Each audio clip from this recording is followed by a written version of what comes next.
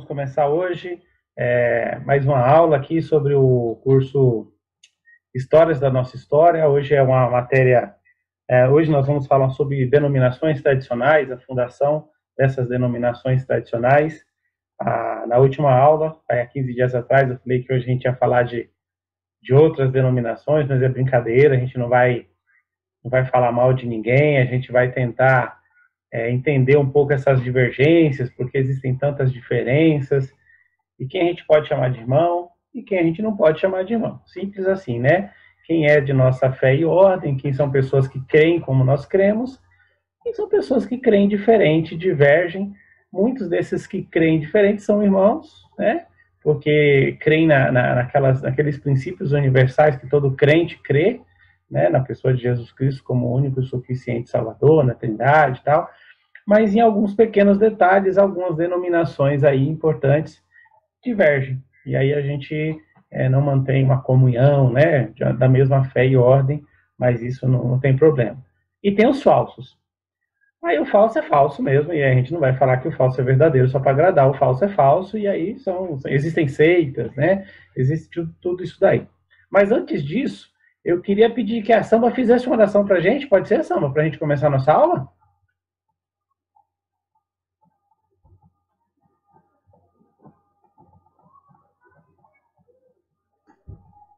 Agora sim, tá me ouvindo? Agora sim. Posso orar. Deus, obrigada por esse domingo maravilhoso. Obrigada porque o Senhor é bom, porque o Senhor é Deus. Te louvamos e te adoramos, porque o Senhor é o único e o verdadeiro Deus e o Deus das nossas vidas, Pai. Nesse momento estamos reunidos aqui em Teu nome para aprender mais sobre a Tua palavra, para aprender mais sobre elementos e conceitos importantes, Senhor, para a nossa fé, Deus. Queremos pedir que o Senhor possa abençoar todos nós aqui, Deus amado. O Milton que está conduzindo, Senhor, o nosso professor nessa noite. Que o Senhor lhe abençoe, que o Senhor lhe capacite, que ele fale, Deus amado, inspirado pelo Senhor, em nome de Jesus, Pai. E nós, como alunos, ouvindo, possamos também participar na medida do que podemos entender, Deus, e apreender e compreender tudo aquilo que for dito aqui nessa noite, Pai. Que o Senhor continue nos abençoando e que continuemos crescendo no conhecimento da Tua palavra, porque essa é a Tua vontade. Nos abençoe nessa noite, nós oramos em nome de Jesus. Amém? Amém, amém. Obrigado, Samba.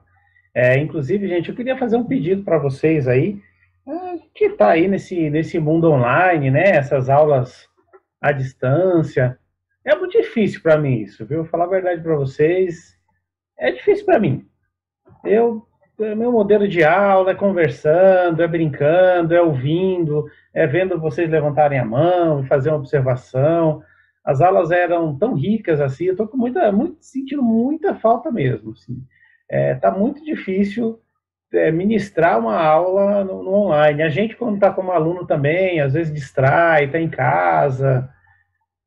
Não tá fácil, né? Não tá fácil. Eu acho que a gente está fazendo aqui o que dá, o melhor que dá, mas a gente reconhece que não dá para substituir, não é a mesma coisa. Tá tendo alguma perda aí, a gente está perdendo alguma coisinha assim, mas ainda bem que tem um Espírito Santo que supre e vai falando nos nossos corações. Mas realmente acho que a aula não podia ser um pouco melhor, né? Se a gente tivesse reunido. Mas aí eu queria pedir para vocês ajudarem nesse sentido aí, vamos participar, né? Mesmo que eu não consiga falar, de repente, todo o conteúdo, história, tem um monte de coisa para falar, né? É dureza falar da história do cristianismo em 2 meses, né? Isso é uma loucura, né? Cada tela do PowerPoint que eu vou passar hoje daria uma aula, com certeza. Cada tela do PowerPoint que eu vou passar hoje daria uma aula, de 1 hora cada um, com certeza absoluta. Na faculdade, eu estou estudando teologia, a gente está 2 anos estudando história do cristianismo, é o 2º ano e ainda está estudando. Então, se não der para falar tudo, não tem problema. Mas eu queria mesmo ouvi-los. Eu acho que a gente queria uma aula que vocês participassem. Eu não quero a aula da velha história. A velha história fica falando de datas e nomes e lugares, e a gente não grava nada disso, e não é a coisa que faz mais diferença. Eu acho que o que eu mais gosto de falar aqui em história é o que que motivou as ações, por que que aqueles homens e mulheres fizeram aquilo, e o que que é que a gente pode fazer para não repetir os erros, e aquilo que era certo, o que que a gente pode fazer para resgatar e voltar ao que era antes, né? Eu acho que essa é a parte mais fantástica da história. É não repetir os erros e também voltar, de repente, a um princípio que tinha lá no começo, que se perdeu ao longo do tempo, e a gente voltar com aquelas práticas. Então, antes de mais nada, eu quero ouvir vocês o seguinte: quem aqui não é, já foi de outra denominação que não a batista, né? Então, assim, por exemplo, eu sou nascido e criado da Igreja Batista, né? A igreja onde eu me batizei foi fundada pela minha avó e pela minha bisavó. Então, assim, antes de eu nascer, a minha família já era batista e eu nunca fui outra coisa a não ser batista. Mas eu queria ouvir de vocês aí, quem aqui já foi de outra denominação que não batista?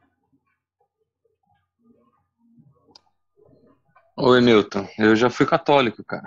É mesmo, Davi? Sim, muitos anos. Que legal, cara.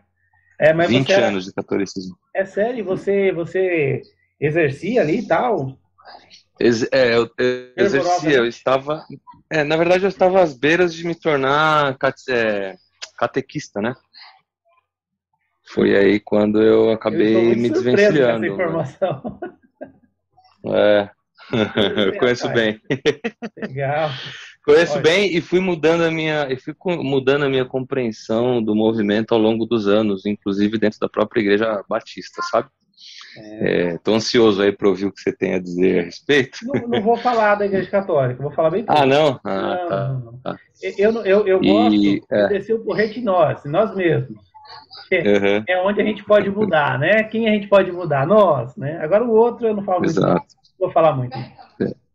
Não, eu imaginei que seria por aí. Mas é isso aí. Depois a gente pode, quem quiser até trocar uma ideia sobre algumas coisas a respeito, estou à disposição. Mas eu tenho 20 anos de catolicismo na carteirinha. Impressionante, legal. Nem sei onde você tira idade para tudo isso. Quem mais? A Samba deixa pro final, Samba. Vixe, você, imagina. Eu aqui, Milton. Oi, Rosângela, de qual igreja? Oi. Eu fui católica até os 33 anos. Olha só, gente. Aí me converti aos 33. Depois eu fui de uma igreja pentecostal aos 5 anos.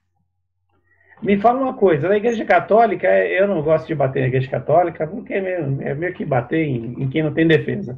Mas eu quero saber o seguinte, que diferença você vê da igreja pentecostal, né? Você estava na igreja pentecostal, hoje você está numa batista. O que mais te fala assim, poxa, isso aqui é diferente de lá e de repente, pode falar assim, olha, eu sinto falta de determinada coisa que tinha ou não sente falta de nada. Da pentecostal, você fala? Vamos falar da igreja católica. Da pentecostal que eu participei, eu não tenho falta de nada, porque, na verdade, é só das pessoas, só dos irmãos. Mas da doutrina, e hoje entendendo, né, eu estava fazendo parte mais de uma igreja herética, então eu não sinto falta de nada. Perfeito. Porque, na verdade, era neopentecostal, não era pentecostal. Beleza. E era baseada na teologia da prosperidade. Com confissão positiva e tudo mais que tem direito. Entendi, tá certo. Então a gente estava realmente no engano, né? Estava envolvida com muito engano ali. Foi fácil se adaptar aos batistas? Eu fui, eu me converti na Batista, num pequeno grupo da Batista do Morumbi. Ficamos lá por 8 anos, depois fui para essa pentecostal, atrás do famoso batismo no Espírito Santo, que a gente não tinha entendimento, não se ouvia falar isso, né? Então, tudo que era... a gente queria conhecer, queria saber, então acabamos indo parar numa dessas aí. E ficamos 5 anos, mas tínhamos a base, né? E aí o Espírito Santo abriu os nossos olhos, aí nós saímos... Ficamos em busca de uma igreja bíblica por 2 anos, até irmos pro Horto. Top. Minha gente, eu pensei uma coisa essa semana aí, e a nossa aula é gravada, vai pro YouTube, entendeu? Deus que me livre de polêmica, não quero confusão com ninguém. Se nós estivéssemos dentro da salinha lá na igreja, ia ser diferente. Nossa aula é gravada, vai para o YouTube. Então, quem não quiser citar nome, pode não citar. Mas quem se quiser citar também... Você vai ser cancelado, viu? Não quero ser cancelado. Daqui a pouco tem meme aí, entendeu? Esse tipo de exposição aí eu tô de boa. Vai que pinta a oportunidade de ir pro BBB aí, então não quero me comprometer.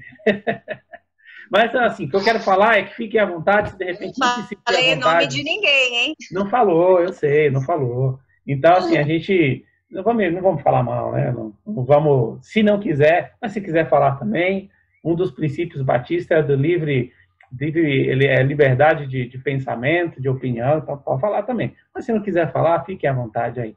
Mais alguém que foi de outra denominação? Eu. Eliane, e aí? Eu era de uma igreja... eu era de uma igreja neopentecostal também. Da Igreja Universal. E eu fiquei lá por 17 anos. Até que eu comecei a perceber que algumas coisas que estavam acontecendo lá, eu achava que não estava muito certo. Então eu comecei a buscar uma igreja onde eu realmente visse que o estudo e o que a igreja falava era realmente sobre Cristo. Aí eu cheguei até a Igreja Batista do Horto através do PG. Maravilha. Sente falta de alguma coisa? Pode falar, viu? Não. Pode falar. Às vezes o louvor era mais animado. Eu não Eu fazia parte de uma igrejinha. Não, eu não sinto falta de nada. Eu fazia parte de uma igrejinha, tinha uns 20 membros, era pequenininha. Mas na hora do louvor parecia que as cadeiras, até as cadeiras se movimentavam, assim, eu tinha a impressão que as cadeiras iam para um lado, para o outro, né? Eu não vou negar para vocês, às vezes a gente sente falta, né? De um louvor mais, né? Fazer o quê? Daqui a pouco a Samba vai falar. Mas a gente sente falta, né? Ô, Milton. Não vou negar, não. Fala, Rosângela. Você falou isso aí. Hoje eu falo que não, mas no início foi muito difícil. Abre o jogo. Foi muito difícil, assim, me adaptar, né? Novamente. Nessa questão mesmo aí do fervor, do louvor, mas aí olhando, depois a gente vai aprendendo, né? Olhando melhor as letras, na verdade, o que a gente ouvia lá era sempre louvores com o homem no centro, né? Não cristocêntrico. Então hoje já baixou um pouquinho a bola, mas a gente sentia falta disso, né? Da animação, da alegria de todo mundo ali. Algumas outras coisas também, da mulher, né? Do papel da mulher nessas igrejas também, foi difícil no começo. E vamos falar a verdade, às vezes a gente está com o coração meio ferido, é bom a gente ouvir falar também. Que é espelho, né? Que a gente é espelho, que tem um anjo recolhendo lá nossas lágrimas. De vez em quando é bom a gente falar que tem sabor de mel, né? A gente tem, fala a verdade, de vez em quando. Nasci para reinar. Não é gostoso? É gostoso. Então, de vez em quando, a gente sente falta mesmo, eu não sei como é que é. Né? Acontece com todo mundo, relaxa. Aí, para encerrar esse momento, eu queria ouvir, Samba, lá no seu país, você também era batista? E o que você vê de diferença e, de repente, o que você sente falta? Nossa, eu estava rindo aqui, porque tenho que me concentrar um pouco, porque olha... Mas eu era do migrante, antes de ser batista, que lá em Angola eu era, né? Porque agora eu sou do Horto ainda, por enquanto. Lá eu era da Batista da Convenção. E para quem já foi da Batista da Convenção, é bem diferente da Batista regular, né? Uhum. Bem diferente, tem muitas coisas bem diferentes. E olha, que a minha ainda é aquela tradicional, não é tradicional zona, mas ainda é aquela tradicional, que tem que usar saia todo domingo, que, sabe... O Milton já comentou isso em algumas aulas, né? Mas antes de eu ser da Batista da Convenção, eu era da Igreja Congregacional, Igreja Evangélica Congregacional. É uma ramificação do metodismo. Nossa, bem diferente, bem diferente. Lá não se fala de jejum, por exemplo, lá não se fala de esse negócio de pequeno grupo. Para eles é tudo, sabe? Se você falar em jejum, por exemplo, eles falavam, não, a gente não precisa jejuar, a gente já vai para a igreja, a gente já ouve a palavra de Deus, é domingo, o negócio deles é domingo. Então, esse negócio de jejum, esse negócio de acampamento, de retiro, eles são tudo contra isso, porque eles acham que essas são algumas atividades que os cristãos encontram para se juntarem, se encontrarem e proliferarem coisas que não glorificam a Deus. Então, tem conceitos bem assim, bem tradicionais, bem diferentes. E depois que eu fui para a Batista, em relação aqui o Horto, também tem muitas coisas diferentes. Primeiro, por ser uma igreja africana, é muita música, muita dança, tem muita coisa realmente diferente, mas somos da mesma fé e ordem, doutrina bíblica, isso não tem... O resto é cultural. Legal, era isso que eu queria falar, Sandra. Perfeito. O que a gente vai estudar hoje, a gente vai falar um pouquinho, porque existem algumas coisas que às vezes a gente se apega demais, né? Então, por exemplo, você tem a questão de liturgia. A liturgia é a forma do culto, né? É o jeitão do culto. Eu também sempre fui da convenção e agora estou numa igreja batista regular. Eu conheci outras igrejas batistas regulares e eu vou te dizer que o Horto é meio fora do padrão aí, fora da curva ainda, né? Existem outras igrejas batistas regulares que a situação é complexa. Mas curioso que eu fui batizado numa igreja batista, eu fui batizado na igreja da convenção, mas o pastor que pregou no dia da minha conversão é um pastor da igreja batista regular, isso em 94, né? Então já existia aí essa relação boa entre os regulares e a convenção. Mas no dia que eu fui na igreja dele lá, o negócio era bem diferente. Nada de bateria, só violão, todo mundo de terno, gravata, e as mulheres não podiam usar calça, aquela coisa toda, né? Isso aí muda com o passar dos anos. Isso aí são usos e costumes. Isso não é, assim... É lógico que quando eu vou escolher uma igreja, quando eu vou ficar na igreja, a gente observa isso também, né? Eu não conseguiria, determinadas igrejas, eu não conseguiria me adaptar porque nós somos pessoas diferentes, né? Então, muito disso forma as igrejas, os grupos, as pessoas vão se agrupando por maneiras, por jeitão de ser, né? E aí tem a questão cultural, país, e tudo isso precisa ser levado em conta. Muitas vezes nós temos igrejas que estão no Brasil, mas que seguem uma cultura europeia, uma cultura dos Estados Unidos, então é inadequado, né? Então, assim, aí com o passar dos anos, a gente vai se adequando. Hoje de manhã, pena que o Edson não entrou, eu ia até falar com o Edson que as músicas de hoje foram sensacionais, né? Sensacionais. E aí ele cantou, uma das músicas que ele cantou, eu cheguei em São Paulo, não sou de São Paulo, sou de Minas Gerais. Cheguei em São Paulo em 94. Eu me lembro muito bem, uma vez o meu líder falou, olha, tem uma banda aí que esses caras estão acabando com o evangelho. Esses caras aí são um terror com o evangelho, tá acabando com o evangelho. Eram uns caras cabeludos, de uma igreja chamada Renascer em Cristo, e aí eles tocavam rock e tal, e o nome dessa banda era Resgate. E hoje de manhã, a gente cantou a música dos caras de 94, né? A Ele Todo Som é do Resgate. Então, assim, eu fiquei olhando isso, eu falei assim, logo nessa aula de hoje, eu fico pensando que em 94, há 27 anos atrás, seria inadmissível pensar que numa igreja batista regular, alguém cantaria uma música de uma banda de rock que era da Renascer Praise, né? Que era da igreja Renascer em Cristo. Então, com o passar dos anos, hoje a gente cantou a música aí, cantou Kleber Lucas, que é pentecostal. Então, se cantou, e não foi nada fora do normal, foi algo... Então, isso é usos e costumes. O que a gente vai falar hoje aqui, de maneira bem rápida, é aquilo que é doutrinário. E aí que a coisa pega. Quando você tem mudanças doutrinárias, infelizmente, ao longo dos anos, apesar de terem mudanças culturais, coisas que acontecem com a mudança de país, com a mudança do tempo, são séculos, também existiu, gente, as igrejas que vão perdendo ao longo dos anos a sua identidade doutrinária. E isso é uma coisa que acontece também. A gente não pode negar que, às vezes, a igreja perde ao longo dos anos aquilo que é bom. Então, por exemplo, a gente vai falar dos metodistas hoje. Eu vi que uma igreja que é de origem metodista não tem pequeno grupo, é historicamente um absurdo, né? A gente vai estudar a história aqui do John Wesley, dos metodistas.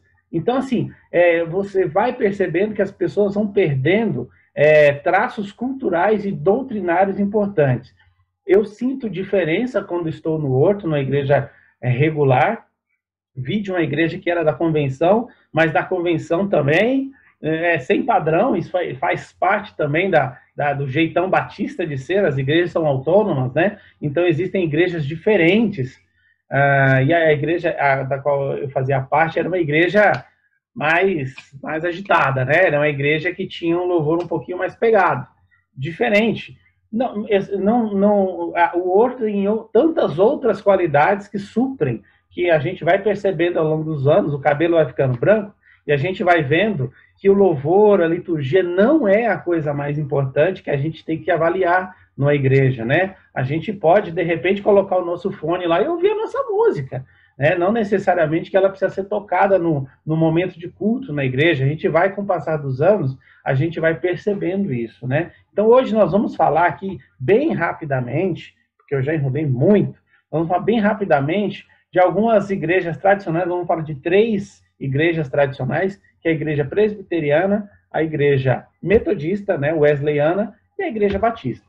Então, são essas 3 igrejas, e aí houveram tantas outras. Hoje a gente tem mais igreja do que estrela no céu. Mas essas 3 igrejas são igrejas aí mais tradicionais ao longo da história, além, obviamente, da igreja católica. Quando eu falo isso, falo das igrejas protestantes, as igrejas evangélicas, cristãs, né? Então, eu vou compartilhar minha tela aqui com vocês.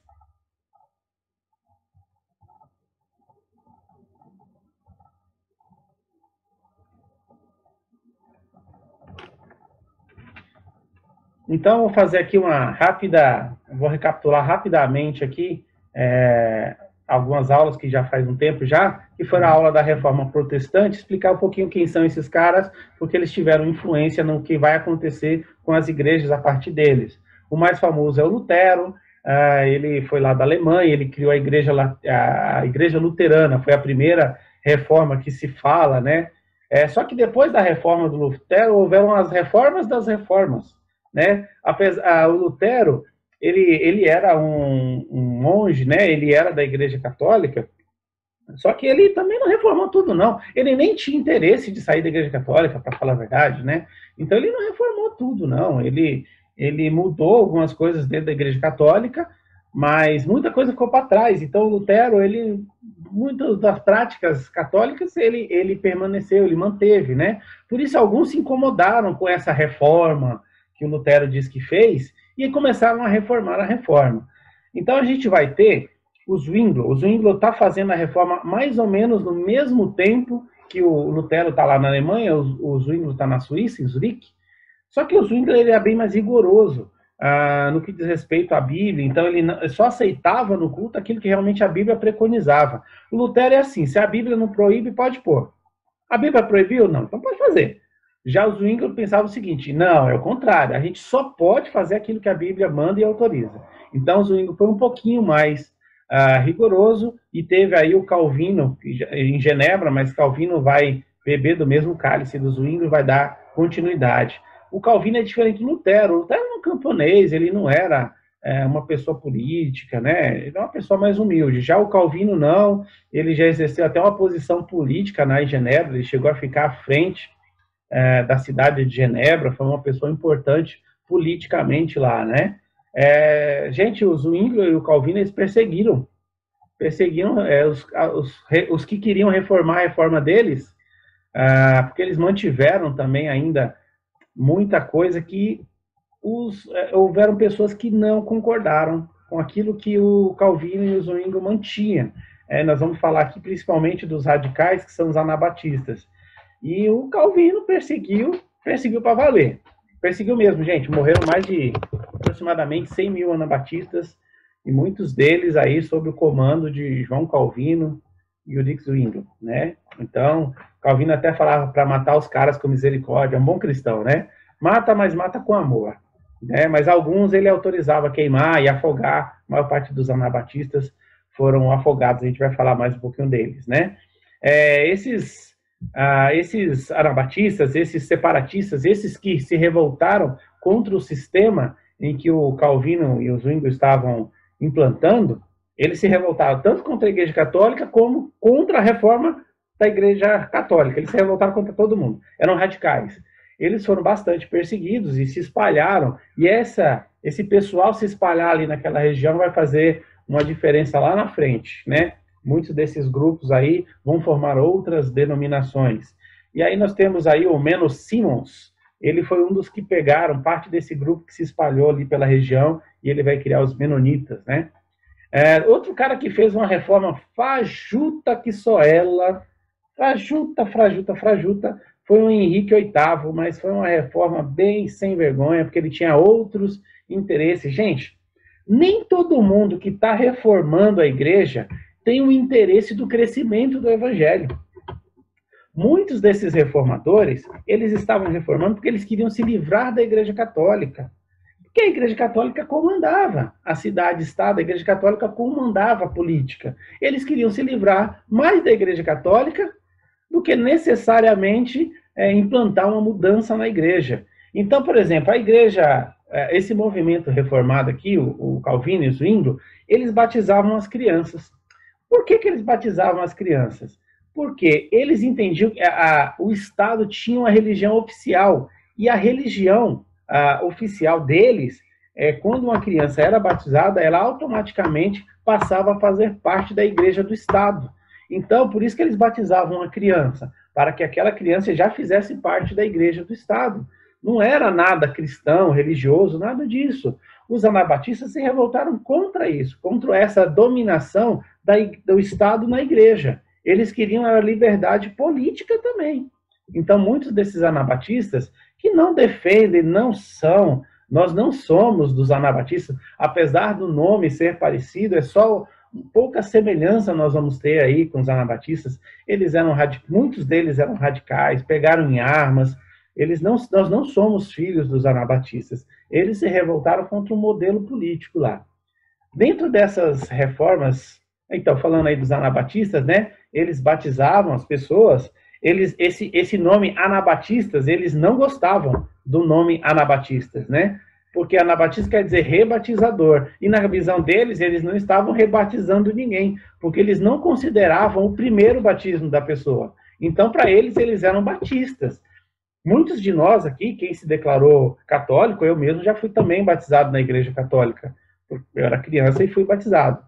Eu não vou dizer que eu fui rebatizado, eu não falo que eu fui rebatizado. Eu falo que eu fui batizado, porque o primeiro batismo, para mim, não valeu. Então, para isso, eles também não se consideravam anabatistas, rebatizadores. Isso é mais um apelido, né, que foi implantado para eles. E aí tem a imagenzinha deles sendo queimados, foram bem perseguidos, morreram bastante. Foi um grupo que não teve muita influência. Mas essas pessoas que se espalharam, sim, vão formar outras comunidades aí, e essas comunidades, sim, tiveram alguma influência na história, mas nada a ver com os anabatistas. Eles tinham uma visão diferente do pecado, eles não seguiam a Bíblia, eles não eram uma comunidade organizada cristã. Nós vamos ter aí depois a formação dos puritanos, esses sim, os puritanos, os separatistas, eles vão aparecer mais na igreja lá da Inglaterra. Esses sim participaram bastante. Muitos dos anabatistas se tornaram esses camaradas aí um pouco mais para frente. Os puritanos, eles vão para os Estados Unidos, são os grupos que vão, muitos deles vão para os Estados Unidos, fizeram barbaridades lá nos Estados Unidos também, viu? Mas não foram todos, não é a regra, e muitos desses separatistas são pessoas que se separavam desse modelo de reforma inadequado, que muitos locais só trocou a Igreja Católica por outra igreja, por outro nome, mas manteve as mesmas práticas. Então a gente vai falar aqui da lambança do Henrique VIII, que foi o que fez a reforma da Inglaterra. Ele rompeu com Roma, porque o camarada era casado aqui com a Catarina de Aragão. Só que ele queria um filho homem, a mulher não deu não sei quantas filhas mulher para ele, não dava filho homem de jeito nenhum. E aí ele quis casar aqui com a Ana Bolena, que é a segunda senhorinha aqui da foto. E o Papa não concordou. E o Papa também não concordou por questões bíblicas, não. É porque o Papa tinha amizade aqui com os familiares da primeira esposa do rei, então ele não quis se indispor aqui com os familiares da primeira esposa, por isso que ele não autorizou o divórcio com essa mulher para ele se casar com essa. Para fazer isso, o Henrique foi lá e rompeu de vez com Roma. Mudou muito pouca coisa. Ele manteve todo o ritual católico que tinha na Inglaterra, ele criou a igreja anglicana, mas pela vontade do Henrique VIII, é tudo igualzinho. Só mudou só o nome de igreja católica, o Papa já não mandava nada mais na Inglaterra, e ele manteve a confissão, ele manteve os padres não se casando, ele manteve praticamente tudo, né? A única coisa que ele acabou foi com os monastérios. E aí todo mundo fala assim, então peraí, então ele mudou alguma coisa. Ele acabou com os monastérios porque os monastérios representavam 10% do tesouro que o país dele tinha. 10% da grana que o país dele tinha estavam depositados nos monastérios. Quando ele acabou com essas entidades, ele cedeu esses monastérios para empresários, para nobres daquela região, daquela época. Então ele conseguiu, além de encher o cofre lá do reinado da Inglaterra, ele também conseguiu trazer para o lado dele nobres importantes da região. Gente, era tudo interesse político, a gente vê pouco aqui de verdade mesmo dessas pessoas querendo, não vou generalizar, mas a gente vê muito de politicagem, de dinheiro aqui envolvido em essas coisas que são reformas. Mas startaram, né? Eles deram início às reformas. Aí eu coloquei aqui do lado, uma descendente aqui do Henrique é a Maria I, é a Blood, eu chamo ela carinhosamente de Blood, né? O apelido dela é Blood Mary, né? Maria Sangrenta. Ela perseguiu bastante tanto os católicos como todos os separatistas, todos os protestantes da época, porque ela era muito católica, então ela divergia aqui do Henrique. Inclusive, ela nem ia muito com a cara do pai dela, porque ela é filha da Catarina, ela é filha do primeiro casamento do Henrique, então ela não tinha lá muita simpatia pelo pai dela, não. E aí ela desfez tudo que o pai quis fazer, ela quis desfazer e voltar com o catolicismo. Foi um período de perseguição. Vão existir alguns historiadores que vão dizer que é mentira, que ela não foi tudo isso, que é uma invenção porque ela era uma mulher, e era uma mulher no poder, e que isso foi inventado e foi aumentado para acabar com a imagem dela.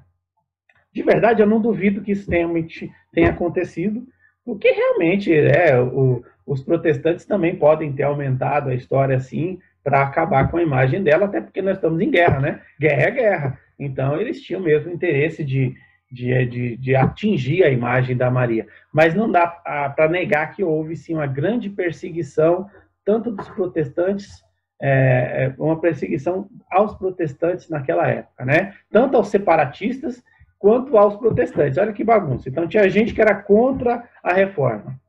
Então, eles eram perseguidos pelos reformadores. Aí veio a Maria I e perseguiu tanto os que eram contra, como os reformadores. Enfim, ela perseguiu geral. Ela queria voltar com o catolicismo. Essa perseguição da Maria vai espalhar a galera pelas regiões. E aí nós vamos entrar nas religiões que nós vamos comentar hoje.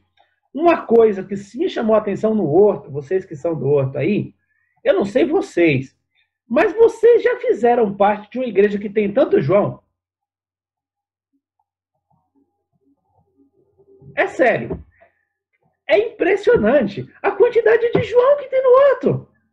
É o João Chuveira, é o João Leite, é o João que filma, é o João da Rosi, é João para todo lado. Que coisa impressionante a quantidade de João. Para quem é novo na igreja, é terrível. Tem alguém colocando no bate-papo. O que é que está colocando? Verdade, a Kelly. É muito João. Como é que a gente vai se adaptar a isso, né? E aí eu estava preparando essa aula de hoje. É um monte de João aqui também, gente. Os 3 religiões que nós vamos falar aqui hoje foram Joãos, né? Os 3 são Joãos aqui, que são os fundadores das religiões, né? Então vamos lá. O primeiro é os calvinistas, os presbiterianos. Eu estou colocando aqui o John Knox, que de fato ele que foi o fundador ali, ele foi o precursor da primeira igreja presbiteriana na Escócia, mas ele é discípulo do João Calvino, né? É outro João também, João Calvino. Inclusive, eu não sei porque que a gente fala John Knox e o outro a gente fala João Calvino. Eu podia falar John Calvino também. Mas, enfim, o John Knox, ele é um dos discípulos, ele vai estar ali dentro da sequência Zwingli, Calvino, e aí o John Knox ele vai ser um dos precursores do presbiterianismo né? Isso lá em 1560, pouco depois lá do início das reformas, né? E ele vai se estabelecer na Escócia. Por que na Escócia? Porque está fugindo de Maria, né? Então, todo mundo fugindo da Maria Sangrenta, ele vai se estabelecer na Escócia. Como eu falei para vocês, cada página desse PowerPoint dá uma aula, né? Não vou poder me aprofundar aqui no que a gente poderia falar da Igreja Presbiteriana, muita coisa, muita coisa. Então, a Igreja Presbiteriana, qual a grande diferença? É o modelo de administração da Igreja. Eles não tinham bispo, eles não têm um bispo, né? E isso era importante para o anglicanismo. O anglicano, ele gostava do modelo episcopal, igualzinho da Igreja Católica. Por quê? Porque quem é que elege o bispo? Quem é que ordena o bispo? É o rei. Então, eles tinham o comando da igreja por conta disso. E o presbitério, e a Igreja Presbiteriana pega o presbitério, que é a formação dos pastores, que são os professores. Tem também um grupo de pastores, que são os pastores que administram a igreja. Então, aquele que pastoreia no ensino não é o mesmo que dirige a igreja administrativamente. Então, e eles têm lá os diáconos também. Então, eles tinham uma composição. Qual é o modelo de administração da Igreja Presbiteriana? É o presbitério, né? Então, lá você não vai ter uma assembleia que todos os membros têm lá o direito a voto e vão poder votar e opinar. Não, é o presbitério que faz a gestão da igreja. Ele se tornou a religião oficial lá da Escócia. Então, a gente vai ver também aí a união de igreja e Estado, porque aí se torna ali a religião da Escócia. É uma das igrejas reformadas, então ela é uma igreja pós-reforma, e já tem aí algumas correções de algumas falhas. E aí eles têm o batismo deles é por aspersão, não é aquele batismo por imersão, então é só água que joga na cabeça também, né? É uma diferença. Já tem igreja presbiteriana hoje batizando por imersão, mas historicamente eles batizam por aspersão. E eles são calvinistas, e aí, lógico, né, segue o João Calvino, e a grande bandeira, né, uma das grandes bandeiras do João Calvino é a questão da soberania de Deus, a questão da salvação. Eles creem na doutrina da eleição. Quem é salvo não se salva, a pessoa é salva por Deus. Não foi ele que conquista a própria salvação. Então, eles vão dizer que o homem é 100% incapaz de alcançar a salvação através de suas obras, e ele é dependente 100% da eleição de Deus. Então, Deus é soberano, salva quem quer. Então, ninguém pode chamar Deus de injusto porque não escolheu determinada pessoa. Então, estou sendo bem superficial aqui naquilo que é o calvinismo, né? O calvinismo daria um curso só disso, só para explicar o calvinismo. Mas em bases gerais, eles creem na soberania de Deus, eles vão crer que o homem caiu 100%, né? Que o pecado atingiu 100% o homem e que isso é irremediável. A gente não tem o que fazer. A gente depende 100% de Deus para ser salvo por Ele. Nós amamos a Deus porque Ele nos amou primeiro. Nós, batistas, assim, de modo geral, existe muito batista mesmo, que crê nessa visão, nesse ponto de vista aí. Mas isso ainda divide, ainda é um ponto de polêmica. O próximo aí, eu pulei o batista, eu pulei a ordem, né? Lá no comecinho foi os presbiterianos, 1560, o batista vai ser o próximo, mas eu deixei o batista por último, porque eu vou puxar a sardinha para o nosso lado, lógico, né? Nós somos batistas, então vou deixar ele para o final. Então, vamos falar aqui do John Wesley. John Wesley, ele... É interessante, John Wesley eu estava lendo a história dele, eu falei assim, não sei se falaram isso aqui de propósito, mas o John Wesley tinha 19 irmãos. E dizia que a mãe dele era... os presbiterianos também batizam as crianças, tem razão. Batismo dos infantes, eles ainda trazem esse hábito aí de batizar as crianças, tem razão. Né? Nós não aceitamos esse batismo, porque a pessoa não sabe o que está fazendo. Ele tinha 19 irmãos, o John Wesley. Diz que a mãe dele pregava, era uma pessoa de Deus, né? Uma pessoa piedosa, e ela pregava, só que ela pregava individualmente para os 19 filhos, né? E aí dizia que ela tinha um método, ela era bem metódica para fazer essa pregação para os 19. Eu falei assim, pô, por isso que o cara virou metodista, né? Já tinha uma mãe metódica que tinha ali um método para falar com os 19 filhos ao mesmo tempo. Ele se salvou do incêndio, isso marcou muito a vida dele, 19 irmãos, como é que a mãe ia fazer para salvar todo mundo, né? Ele ficou para trás. Ele foi salvo ali por um vizinho, isso marcou muito a vida do John Wesley.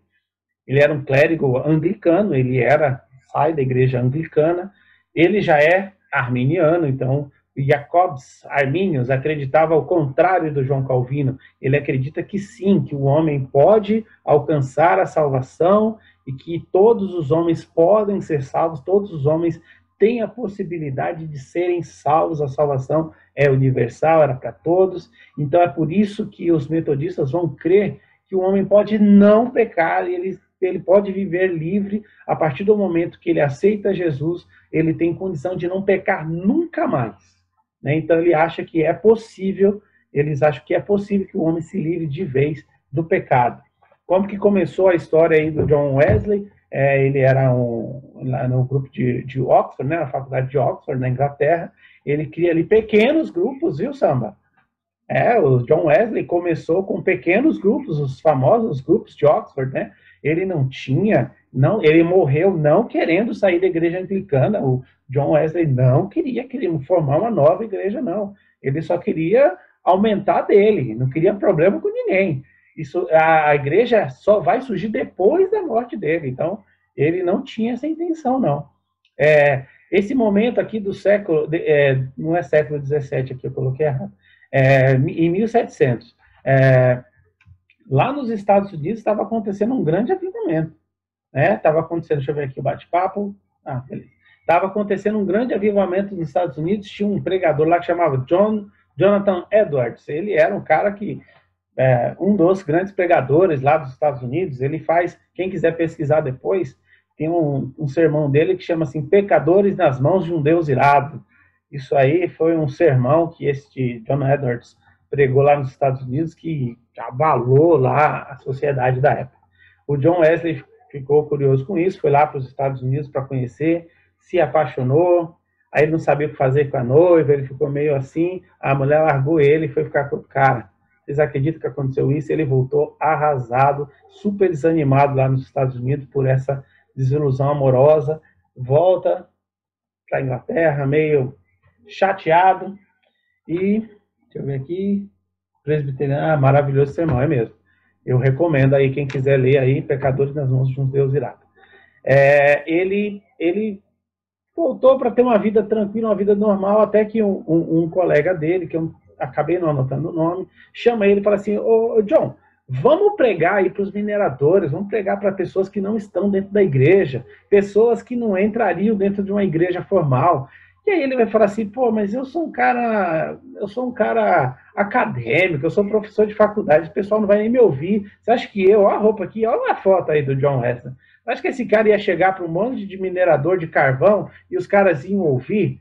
Mas aí ele foi e ouviram, né? Deu certo, o movimento wesleyano se expandiu, e aí muitos vão dizer que ele que iniciou o evangelismo de massa, ele foi o primeiro que evangelizou grandes quantidades, porque a esta época as igrejas tradicionais já não eram igrejas que evangelizavam com tanto fervor, né? Eram igrejas mais tradicionais. A gente tem isso, né, gente? Às vezes a igreja fica muito tradicional, ela também não evangeliza, não sai na rua, né? Não sai na rua. Ficam dentro dos seus templos, estudando a Bíblia ali e tal, mas não sai. Então, isso foi uma coisa que aconteceu, já estava, nesse período aqui do John Wesley, as igrejas estabelecidas já não estavam brigando tanto, já tinham feito acordos lá na Inglaterra, então fica o anglicano aqui, fica ali, quem quiser ser católico pode ser também.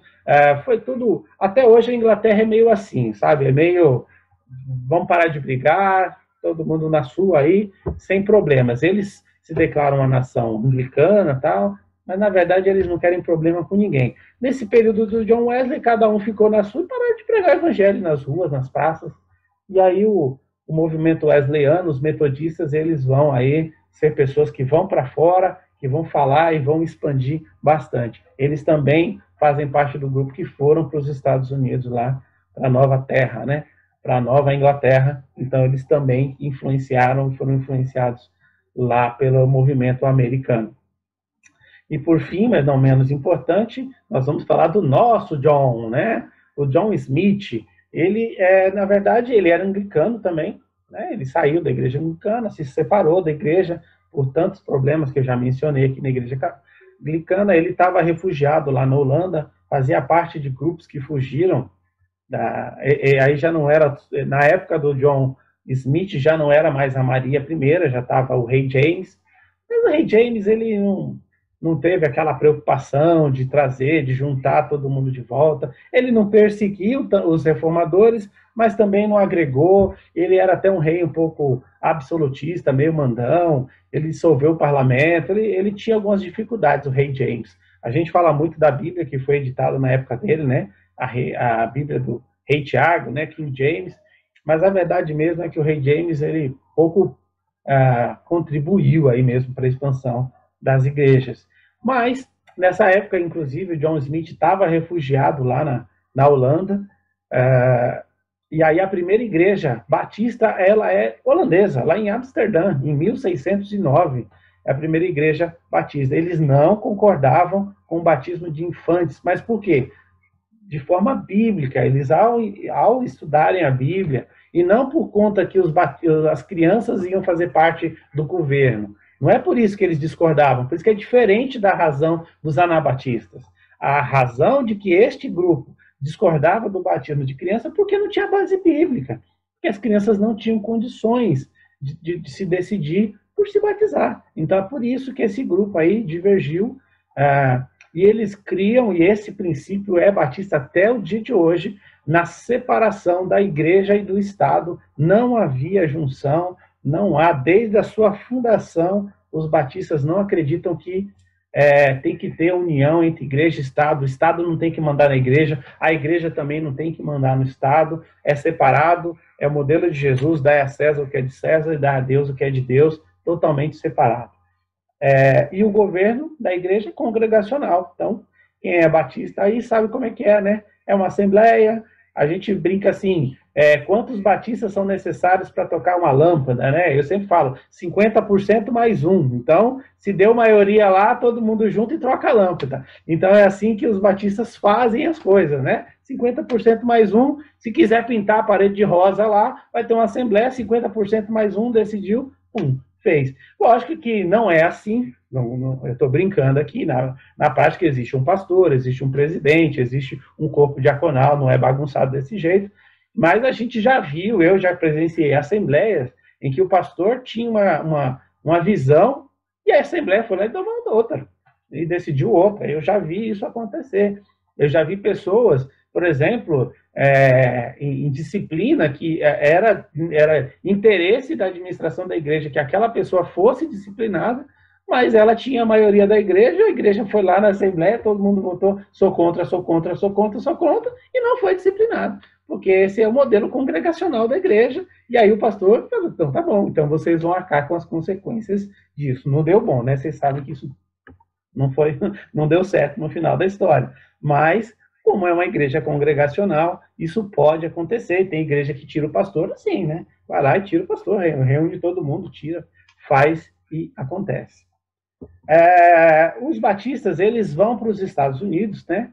Nós vamos ter aí os batistas, em 1609 eles são fundados, em 1638 eles vão lá para os Estados Unidos, e aí nós aqui no Brasil temos os batistas vindos já dos Estados Unidos. E aí quando esses caras passaram nos Estados Unidos, aconteceram umas coisas aí que vai mudar um pouco o jeitão que esses batistas chegam no Brasil. Eles não vieram direto, né? Já chegaram diferente aqui. Então, primeira coisa que eu queria falar, eu cheguei a mencionar numa aula que existe gente que acha que os batistas não são da reforma, não sei se vocês vão lembrar disso, falei uma vez que tem gente que acha que os batistas passaram direto, não entraram na reforma. Então está aqui, o conceito é uma teoria, não é aceita, não é uma teoria aceita, historicamente não tem nenhum documento que comprova isso, o próprio John Smith não reconhece isso, não tinha base.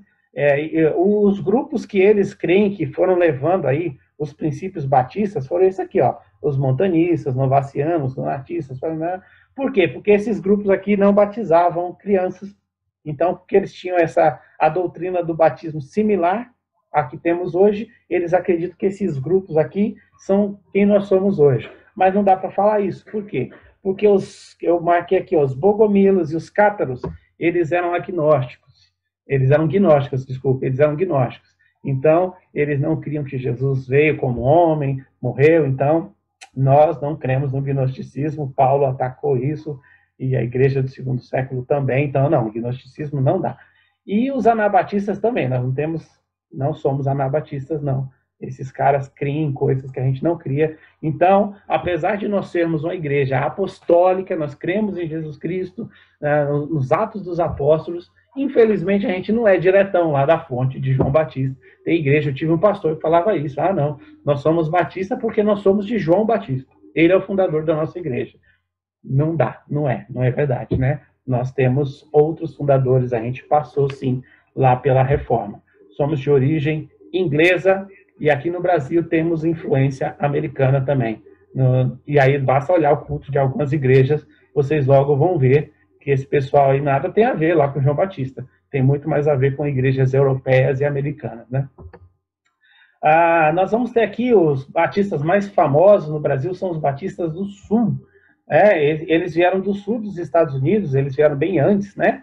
Agora, tem uma questãozinha aqui que eu não vou poder deixar de falar, que os batistas do sul que vieram, eles vieram depois da Guerra Civil Americana. E a Guerra Civil Americana, qual que era? Era os Estados Unidos brigando para terem escravos, né? Era uma guerra que era baseada na escravidão. Então, os americanos do sul defendiam a escravidão, os americanos do norte eram contra. Essa foi um dos motivos da Guerra Civil Americana. Eles defendiam a escravidão porque eles dependiam dos escravos pelas suas lavouras, eram fazendeiros, lavradores, então como eles dependiam dos escravos, é aquela velha história da escravidão que a gente muito bem conhece, né? Então os batistas do sul, muitos deles defendiam a escravidão. Olha que negócio terrível. Esse pessoal veio para o Brasil. Pois é, eu queria não falar isso. Eu queria que isso não tivesse na história.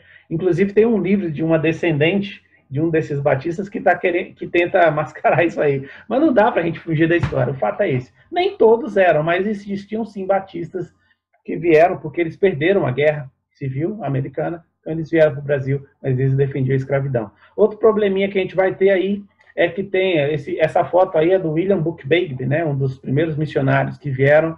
E o William Buchbegby também dá nome de uma das maiores lojas maçônicas do Brasil. Se não a maior, é uma das maiores lojas maçônicas do Brasil.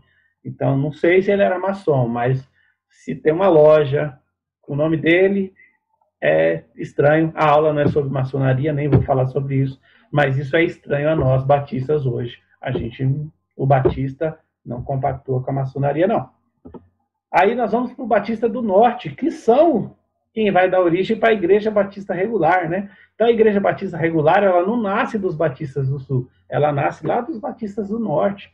Então, lá em 1932, a Igreja do Norte, os americanos não concordaram com alguns rituais que começaram a acontecer, com algumas ideias muito moderninhas dos batistas lá do norte dos Estados Unidos, e aí eles se dividiram, e aí surgiu a Igreja Batista Regular lá nos Estados Unidos em 32. Em 35, vem aí, ó, o William Rosa, eu destaquei o nome dele, a fotinha dele aí. Vem para o Brasil, aí tem polêmica, eu odeio polêmica, mas não sabe se ele veio, a primeira igreja regular, se foi lá em Rio Grande do Norte, se foi em Juazeiro do Norte, ou se foi em Manaus, lá na Amazônia, de Cachoeirinha.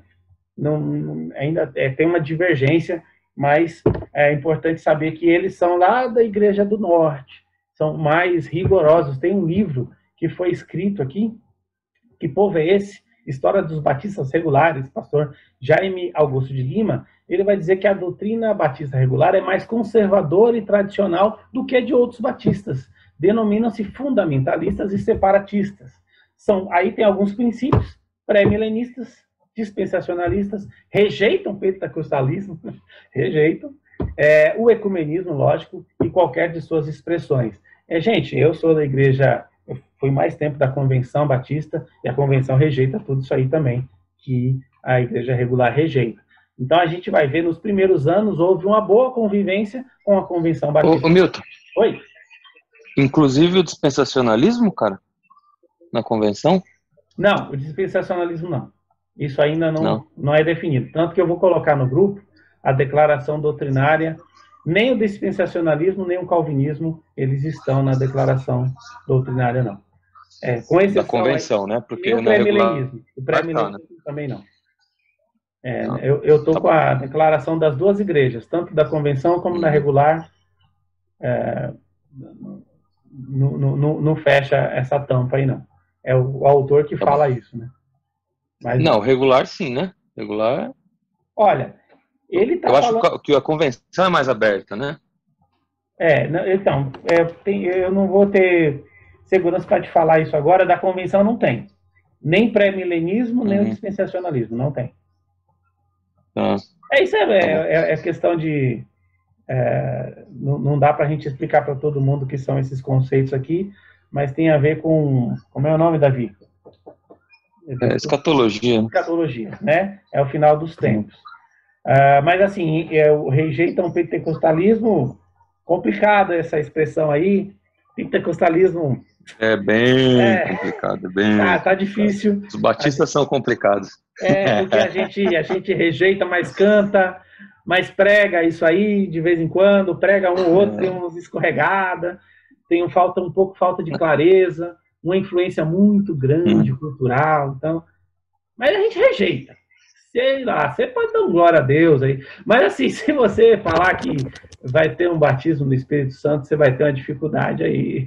Você pode falar isso na conversão, mas se você começar a falar em línguas no culto lá... Gente, eu participei de uma igreja que aconteceu, viu? Um grupo começou a falar em línguas e tal.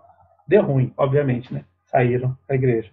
Mas até saírem da igreja foi complicado, e conheci uma igreja que saiu da convenção, porque eles simpatizaram no Espírito Santo. E aí começaram a falar em línguas, e começaram com todas aquelas práticas pentecostais.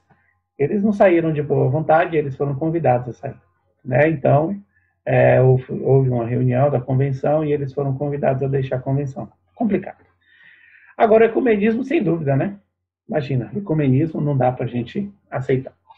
Bom, ainda acho que há uma boa relação entre a convenção e a regular, assim, eu não vejo um grande problema entre as duas.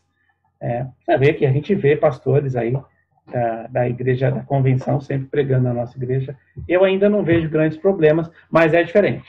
Existem diferenças, com certeza. Por quê? Porque lá do lado da Convenção Batista Brasileira, essas questões do pré-milenismo, de dispensacionalismo, também tem muita aceitação. Então, tem muitos da convenção que vão se sentir muita vontade na igreja regular e não vai ter dificuldade nenhuma com isso.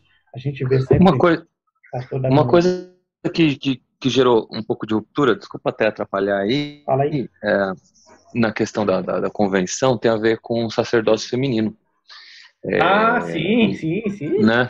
Boa parte das igrejas da convenção, elas aceitaram, né, a posição igualitária, né, não complementar. E aí você teve a debandada de igrejas saindo e fazendo movimentos independentes, né? Uma confusão, gente. A minha igreja, uma igreja em que eu me casei, que eu fiz parte, saiu da convenção por conta disso.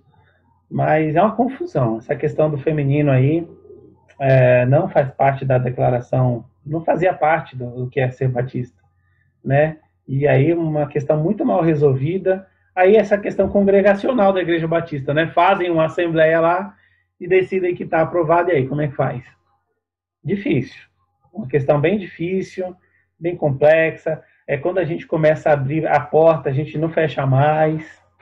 Então, daqui a pouco tem outras discussões aí. Existem tantas outras discussões de questões polêmicas. E aí faz uma assembleia e aí daqui a pouco está fazendo casamento efetivo, entendeu?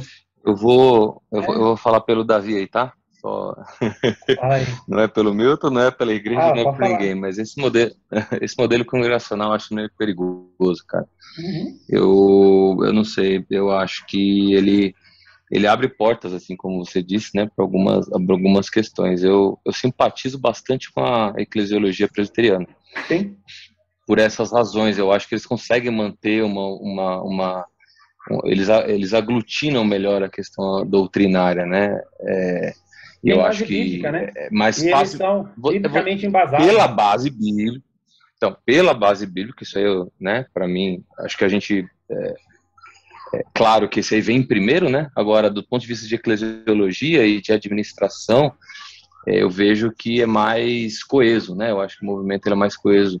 E o Batista ele é muito não bloco, né? Monolítico. Ele cada um tem a sua carona, né? Então e aí vai muito pelo que o pastor é. Então, se o cara implantar G12, continua sendo um Batista. Se o cara falar de cura espiritual, continua sendo Batista.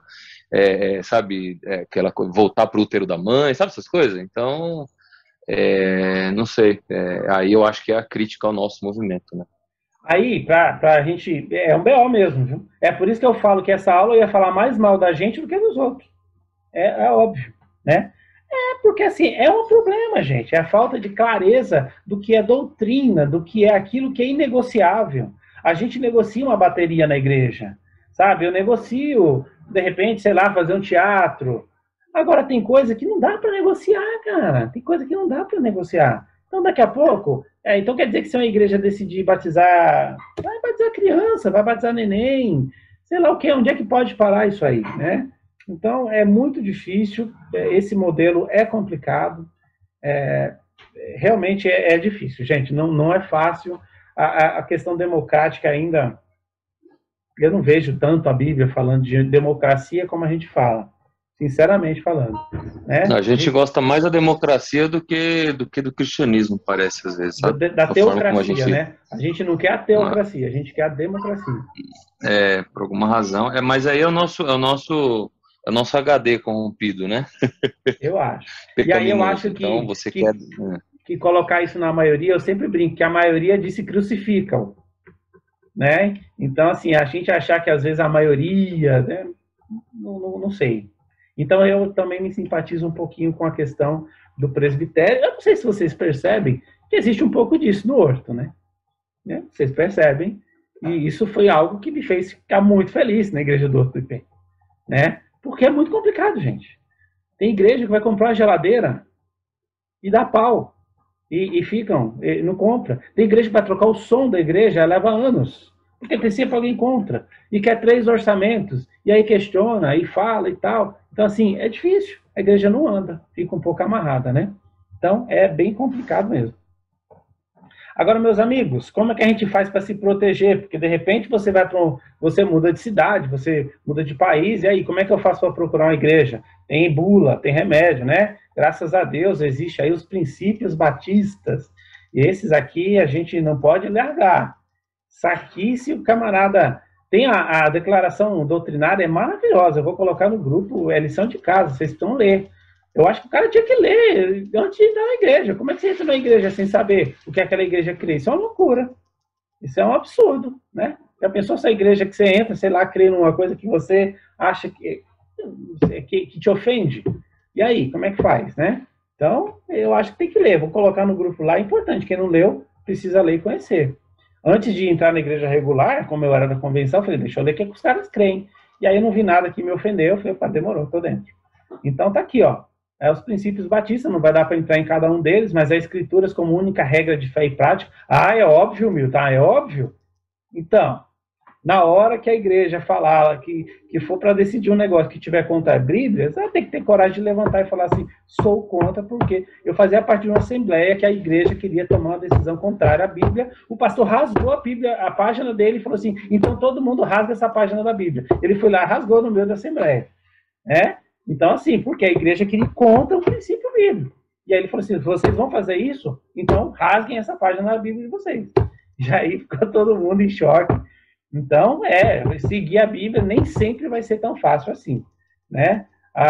Uma igreja democrática e autônoma, então não existe uma igreja regular que manda na igreja do Horto, né? A gente não tem esse modelo de uma igreja matriz que vai lá e toma as decisões e tira o pastor, põe o pastor. A gente não tem isso. A separação inegociável da igreja e o Estado. Então, nós estamos tendo uma polêmica disso aí, né? O Estado está fechando a igreja, e tem gente que está com o cabelo em pé. Como assim? O Estado está proibindo as igrejas e tal. Então, assim, não é isso, gente. Tem país aí que é proibido. A separação entre igreja e o Estado é a igreja querer se envolver com as coisas da política e vice-versa também. O Estado querer se envolver lá com a igreja. Mas é mais da igreja querer se envolver lá e falar, olha, nós vamos conseguir isso através da política, né? Então, a igreja não é para isso. Liberdade de consciência, você tem que crer, cada um crê no que... Quem tem filho, você sabe que você não vai poder fazer seu filho crer em você. Responsabilidade individual diante de Deus. Então não dá para falar que isso aí é maldição hereditária. Ai, meu Deus. Fica aqui falando de polêmica, então ficar bravo comigo. Mas não dá para falar de maldição hereditária. Cada um é individual diante de Deus. Então não precisa ir lá para veredas antigas, não. Cortar nada, não, porque não tem esse negócio. Não. E autenticidade e apostolicidade das igrejas. Apesar de nós não estarmos ligados diretamente à Igreja dos Apóstolos, a gente crê nesse versículo aqui, que nós somos edificados sobre o fundamento dos apóstolos e dos profetas, de que Jesus Cristo é a pedra principal da esquina. Efésios 2:20. Gente, falei um monte, mas isso aí foi uma viagem de helicóptero sobre a fundação das principais igrejas aí, das quais, as igrejas tradicionais, né? Das quais nós conhecemos. E alguém quer falar alguma coisa?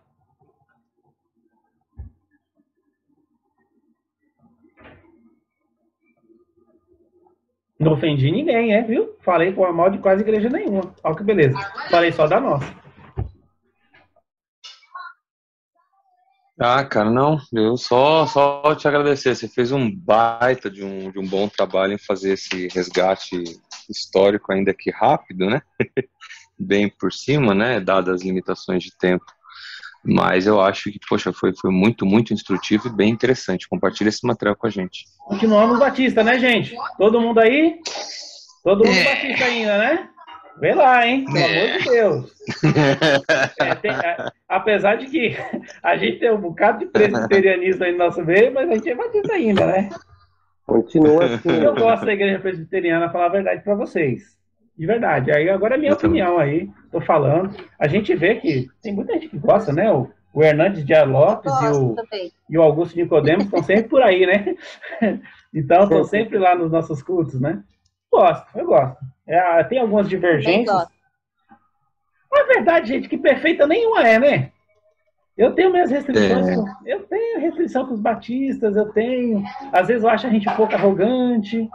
Às vezes acho um pouco, assim, falta um pouco de energia também, meio paradão, tem que ir lá, né, tem que mexer com a Cracolândia lá, tem que mexer com quem está fora da igreja, tem que expandir as quatro paredes, né, acho que às vezes a gente precisava dar uma evoluída nisso aí,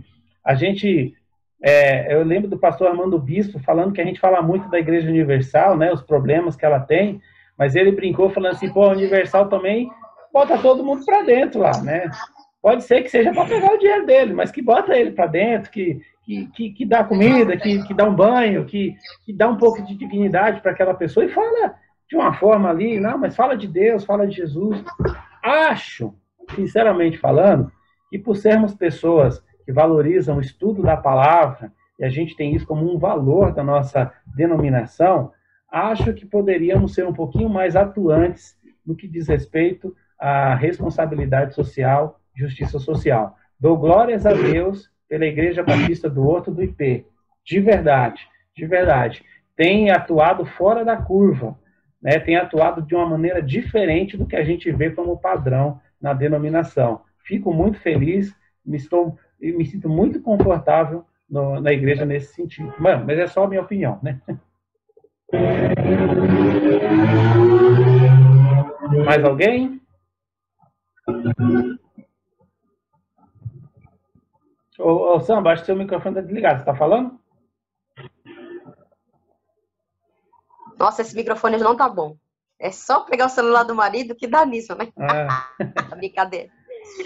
Mas é muito boa a aula, Milton. Bem elucidativo, né? Como o Davi falou, partilha conosco esse material e, se calhar, alguns adicionais, porque é muito legal. Eu vou ter sérios problemas no futuro próximo, porque tem muitas coisas diferentes, né?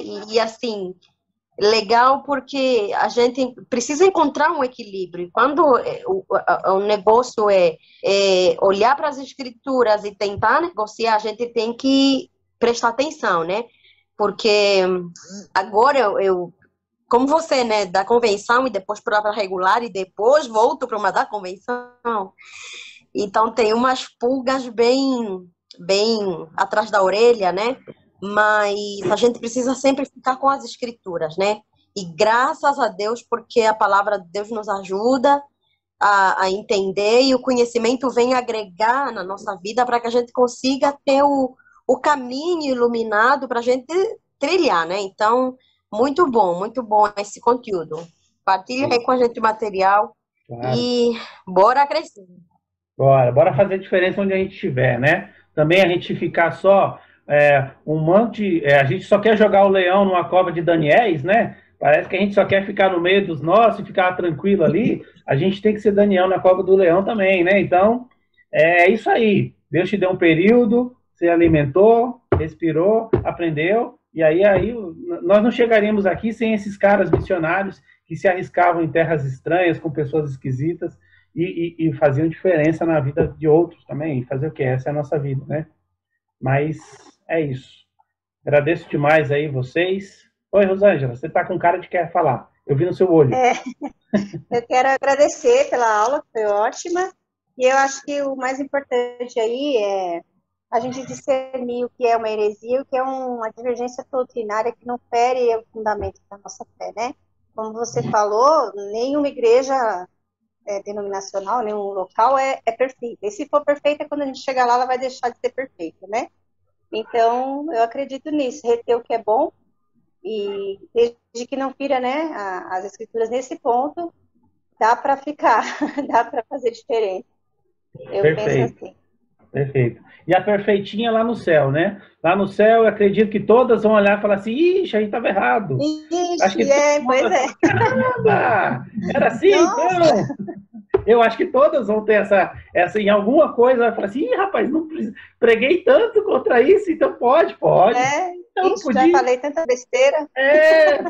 Rapaz, ó, esse negócio de gravar aula é um perigo, porque se você gravar se você gravar o que você está falando hoje, daqui a 10 anos você escuta a gravação, você fala, nossa, mas quanta coisa que eu já não penso assim mais. Então, é assim mesmo, né, gente? É assim mesmo. Mas que a gente possa entender que a Bíblia é a nossa regra de fé em prática, sem loucura, sem aventura. Vamos tomar cuidado com o que a gente põe na nossa cabeça. Tá cheio de charlatão aí, tá cheio de Zé Mané aí, que bota um terno e uma gravata e fala que é pastor. Quer dizer, agora é apóstolo, né? Bom, mas já falei demais, eu não quero problema, falei que não queria polêmica. Vamos terminar hoje essa aula. E é a última aula que eu dou, né, dessa turma. Então, foi um prazer estar com vocês. Baita desafio, sou amante de história, mas falar tudo isso tão rápido foi terrível para mim. Mas foi muito bom estar com vocês, graças a Deus. Depois você pode dar aula particular para nós, que a gente aceita. A gente aceita. Vocês são um grupo de malucos, vocês são um grupo de malucos que gostam de história. Vocês não são pessoas normais, botem isso na cabeça de vocês, tá certo? Ô, meu amigo Davi, faz uma oração aí para a gente encerrar nossa aula. Faço sim. Senhor, muito obrigado. Muito obrigado pela semana que termina. Obrigado por todas as suas bênçãos, porque o Senhor nos protegeu. Esse mundo de pandemia, tanta coisa ruim acontecendo, tanta gente morrendo, que o Senhor possa nos proteger e também visitar as pessoas que estão doentes do nosso meio, da nossa comunidade. Abençoa, Pai, os enlutados. A gente ora em especial pelo pastor Rogério, perdeu a irmã, e está numa situação bem difícil, Pai, nesses dias. Que o Senhor possa cuidar dele e de todos nós também. Obrigado pela vida do Milton. Obrigado por esse bate-papo que a gente teve, esse resgate histórico das pessoas no passado, que, assim como a gente, tentou acertar, teve seus erros, mas tentou escrever a sua história. Pai, que a gente consiga escrever a nossa também, e que seja uma história fiel ao Senhor, acima de qualquer coisa. Abençoa a nossa semana, cuida dos meus irmãos, que eu oro em nome de Jesus. Amém. Graças a Deus. Amém, meus irmãos. Até a próxima. Aquele grande abraço. Até mais.